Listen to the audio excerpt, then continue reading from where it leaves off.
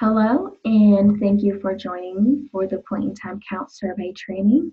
This is Grace Orr. I am the program coordinator for the Low Country Continuum of Care. Before we really dive into the actual survey, I just want to go over a few reminders.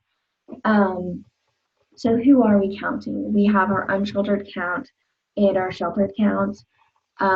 Luckily for the sheltered count, we have staff at the shelters that will be completing these reports. So we really need our volunteers to focus on the unsheltered count, which are people who are sleeping in places not meant for human habitation. Just a reminder, who we cannot count are people that are paying out of pocket for a hotel, people that are couch surfing or doubled up, or people that are residing in institutions, which are jails, hospitals, detox centers, etc. We do know that these people are still in need, that they're not stably housed. However, for the purpose of this count, we have to follow what HUD asks us to follow for the definition. So when you are introducing the survey, if somebody's asking for clarification, we want to say that we're doing a survey to learn more about housing needs in our community. We never want to say we're doing a homeless survey. The goal of the survey is to provide service, and the goal of the survey is to improve services and housing in our community. A lot of people don't want to share their name, so we just remind them that none of their personal information is shared and none of the data is attached to their name. All of the surveys are compiled into one big report that has no names attached to it. And the only reason we are asking for names is to make sure we're not counting people twice. So it's really just a deduplication effort. And one last reminder is we're not making any false promises or promising housing in return for survey participation. So once you do interview somebody, thank them, give them the bags that we'll be providing, and connect them to resources. And since we are doing an online survey this year, please, please, please all make sure all of the questions are answered while the person is still standing there, because if they're not all answered, you will not be able to submit the survey and it will just keep kicking back asking for you to answer those missing questions. These are some of the resources we want to be connecting people with. Definitely the Housing Crisis Line. We have our phone, our text, in-person access points when needed place at lunch. Another really great statewide resource is 211. People can always call that number. They can go to the website, and there's also an app if you want to download that app when you're going out for the count and help connect people to some of those resources that can be very useful. We'll also be giving out brochures that have a lot of this information on there and some other specific resources that we know people experiencing homelessness utilize a lot. If somebody's experiencing domestic violence, we want to connect them to a domestic violence shelter. In Charleston, this is My Sister's House. If you're down in the Beaufort area, that is Hopeful Horizons. And we want to get people connected to the domestic violence hotline as well. So the actual survey. This year, like I said, it is an online survey. This is our first year using the online survey. So hopefully we can work out any kinks that come up. Hopefully everything will go smoothly though. It is just a web link that you just put into any web browser. You could do it on your iPad, your cell phone, even a laptop or something if you want to use that. The only thing is that it does use the internet, so you need to have access to Wi-Fi or cellular data. The survey is shorter than it has been in previous years, and we removed the date of birth and social security number question. Those were some controversial questions in the past, but we've gotten rid of those, made the questions a lot simpler, so hopefully it's a lot easier for our respondents and our volunteers as well. So now we'll get into the actual survey. This link is what you will click on. I'll make sure everybody has that prior to the night of the count. And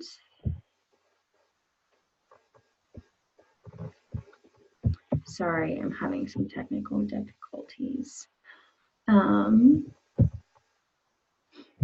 Okay, now we'll get into the actual survey. So when you go to the link, this is the page that will pop up. Once again, when you ask somebody, just say, we're collecting surveys on housing needs in our community. Would you like to participate in this survey?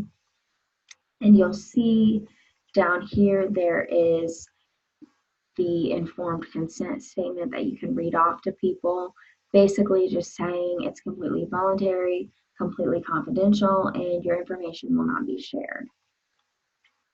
The type of encounter that we use is always going to be interview. And then where did the encounter occur is just your county that you're in. The survey will give you the option to share your exact location. That is completely optional, but it will help us if we're looking at locations after the point in time count. We can look at a map to see where all the different surveys were completed. So it'll give us a little bit more of a specific scope than just the county. So once you get into the survey, the first question is, have you already been interviewed for this year's point in time? And typically people will tell you if they've already been interviewed. They'll see you with the bags and they'll know who you are if they've already completed a survey. So if the answer is yes, you'll see that all the other questions go away. So this is the nice thing about the online survey. If you don't need to answer a question, it just goes away. So then you put their name in. It doesn't have to be their complete full name. It can be their first name, last initial. It can be just their first name. And if they don't want to give you anything else, just put X. It can be initials. It can even be just a nickname, street name that they want to use. It really doesn't matter. We just have to make sure that that's filled out and that it's something that is specific to them. So where were you on the night of the count? You'll see there are some things that are on here that people would be staying in that can't actually be counted. So if let's say I'm staying with friends or family, if that's the answer, then all the questions go away. So somebody that can be counted, let's say that they're on the streets, they're by themselves, and I'll go through the household survey after this. So instead of date of birth this year, all we want is age category, under 18, 18 to 24, 25 and over. And you'll see on every question that there is an option of refused and don't know. The next category is gender. Just ask, what gender do you identify as? If people question that, just say, this is something that we're required to ask. Then next we have race. If somebody says they are mixed, they are black and white, or they are Asian and white, you will choose multiple races. And then ethnicity is just non-Hispanic or Hispanic, and that is something that we are supposed to ask separate from race. So if somebody is very adamant that I'm Hispanic, this is my race, just put the race as don't know and that they are Hispanic. So then how long have you been living on the streets or in emergency shelters? This is the current homeless situation. So how long have you been living on the streets this time? Like how long has it been since you have been in permanent housing? So less than a year or more than a year. So then we want to ask, how many separate times have you been homeless? So how many times in the last 3 years have you had a permanent place to stay, but then ended up on the streets again, and then we're back in housing and ended back up on the street? So it's either 1, this is your first time, this has just been one continuous thing, 2 to 3 times, or 4 or more times. And then if it has been 4 or more times, we want to know the total number of months you spent at one at least 1 day homeless in the last 3 years. So typically too, if somebody's saying they've been homeless for a year or more, this answer is going to be 12 or more. And these are questions we ask just so that we know how many people in our community are experiencing chronic homelessness, which is once you've been homeless a year or longer, or 4 or more times in the last 3 years to add up to a year, and accompanied with a disabling condition. So the next question is, what is the zip code of your last permanent address? It does not let you type in any letters. It has to be numbers. So if they don't know their last zip code, refuse or don't know, if they know the city, you can try to look up the zip code, but that's not required. So then, do you have a disability? This one you mark all that apply. And this one we ask that you read the options off because sometimes people don't think that drug abuse or alcohol abuse could be considered a disability. So then the next question, have you ever been a victim of domestic violence? This is intimate partner violence. If the answer is yes, another question pops up asking, are you fleeing domestic violence on the night of the count? If this answer is yes, we want to connect that person to domestic violence resources right away. And then, have you ever served in the military? If this question is a yes, a supplemental section comes up so that we can connect these people to the VA and veteran resources. This part is completely optional, but if you do collect this information, make sure you get some type of contact information so that we can follow up with them. And then informed consent signature. This will work on touchscreen or a laptop. Just do the mouse, have them sign, and you put your name at the bottom. You can put your survey agency affiliation if you would like. We know who you are, so you don't have to do that. And then also, if there's anything you want to add, like if somebody is not a veteran and this information doesn't come up, but they want to be contacted, you can put their phone number down here. You can say where they are staying so that outreach can meet up with them. Would like to receive services. You can just put anything in here. So then you go to submit the survey. I did not complete where the encounter occurred, so it will always tell you in the red field at the top what you're missing and highlight that question. So once I answered that, I'm going to submit it. All the questions are answered, so it's submitted. And then you just have to click here to complete additional surveys. So now I'm going to show you if it is a family that you are interviewing. So let's say a family is sleeping in their car. I'm a single mom with a daughter who is 5 years old. So we are a household. I am the head of household. I am the mother, and there are 2 people in this household. So once I complete the information for myself, I will complete the survey like normal and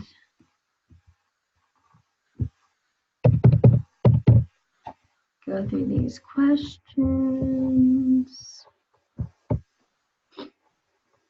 I sign that I consent, and then surveyor name. The next page will be household members information. So this is your next household member. So since I have a child, is this household member a dependent child? Yes. And once I say that this child is under 18, you'll see the questions that were below here that are about homeless history down here. All of that goes away. So when you're dealing with a child We only want to know gender, race, and ethnicity. So then we submit that, and then I will show you if it is a household with an adult, a second adult. You'll have to go through all of the questions for the second adult as well. So let's say we're two adults staying on the streets. We are a household. I'm the head of household. There are two of us. And if there are three, then there will just be 3 pages that end up coming up, and you can select those different options.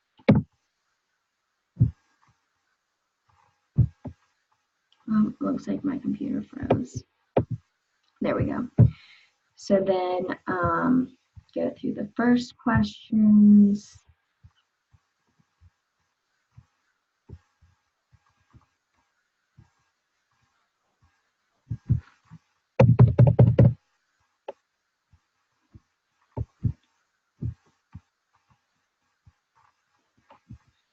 Head of household signs off. Survey types their name. Next, this goes to the second household member, who is also an adult. So no, they're not a household member. That is a dependent child. They are an adult. So you see all of these other questions still stay up here. This survey is pretty self-explanatory because if you don't need a question, it disappears. It takes away a lot of the confusion that we had with some of the paper surveys directing you where to go for different questions. So hopefully this will be a lot easier for you all. If you have any questions, please email me. My email address is there it is, GORR@lowcountrycoc. You can also email Marissa. We're happy to answer any questions that you have, and I will also be following up once it gets closer to the day of the count. Thank you.